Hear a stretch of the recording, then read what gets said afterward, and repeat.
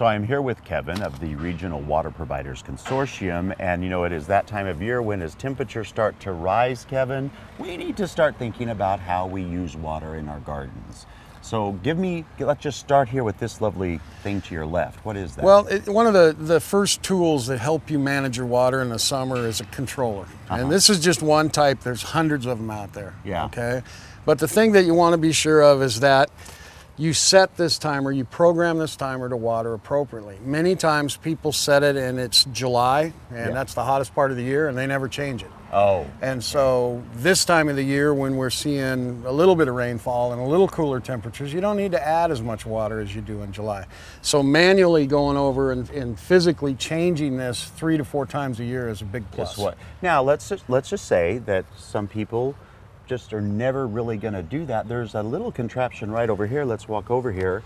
And this would actually help them a lot, wouldn't it? What is this thing? This is called a rain sensor, and basically this wires into your controller. You can see the wire over there. Wires into your controller, and what it does is it disables your valves from working. Doesn't affect your programming, just disables the valves.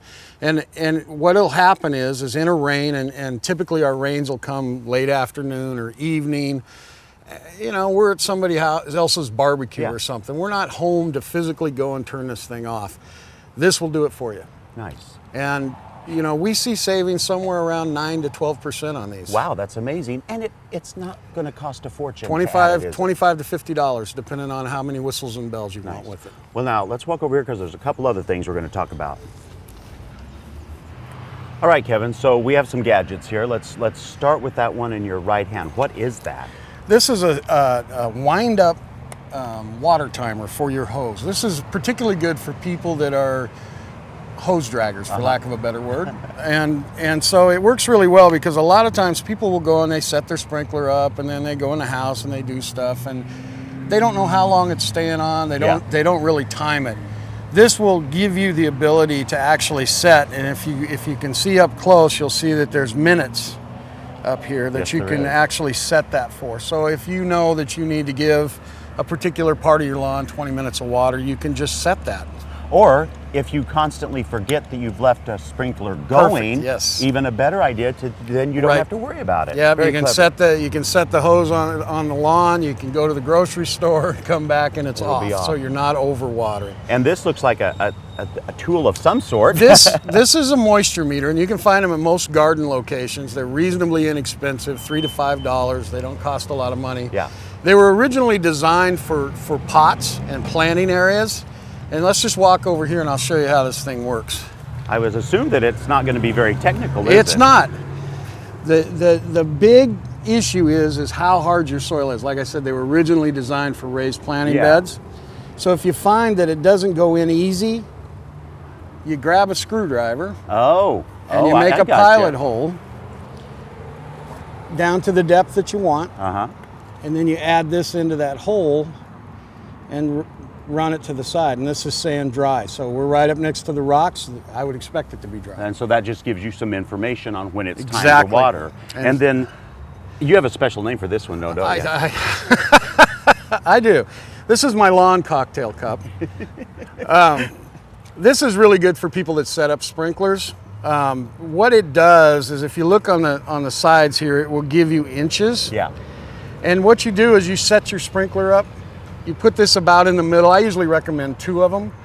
1/3 in from the biggest drops. Sure. 1/3 out from the head. And then leave it on for 5 minutes and see how much water in inches that you end up with in 5 minutes. And that'll tell you how many minutes you need to leave it on to give it that classic 1 inch that you need. So yeah, that it just is another tool to help you manage water. And management is what it's all about. It's not about underwatering your landscape or anything. It's managing it so you don't overwater. And part of the thing is, I think a lot of it is we get scared of things like this, like the sprinkler heads breaking, but you're going to show us how to do that, aren't you? Because it's really not difficult to do, is it? What happened 20 years ago or so was they designed a nozzle that will fit virtually any of these pop-up sprays. And these pop-up sprays are inherently inefficient. Okay. What they designed was a head. All the major manufacturers have something similar. This is an MP rotator, but there's Rainbird, Toro, everybody makes them. So you just pull this up, hold the nick of it. Oh, You unscrew this, pull the screen out, screw this back in. and that really is simple. It's very simple. And you know, one of the things too, while we talk about outdoor use of water, there is always that consistent indoor where a little drip can really add up quickly. We never want to ignore the inside because water management is a holistic thing. You need to manage the water on your entire Yeah. property, and that includes inside. Drips from faucets, running toilets, and a really good friend is the meter. Your water meter is a really good indicator if you have leaks going on. Because you can actually see what use is happening. Exactly. If you install this head on your sprinkler right here, and you don't do anything else, you don't change the timing or anything on it, you'll save 30% right there. Wow. So, you know, these are just a few of the tips that you can find if you go to gardentime.tv and we click you over to the Regional Water Providers Consortium website. All kinds of great information so that you can not only manage water, but save on your water bill as well. Kevin, it's always a delight. Thank you, my friend. Thank you, William.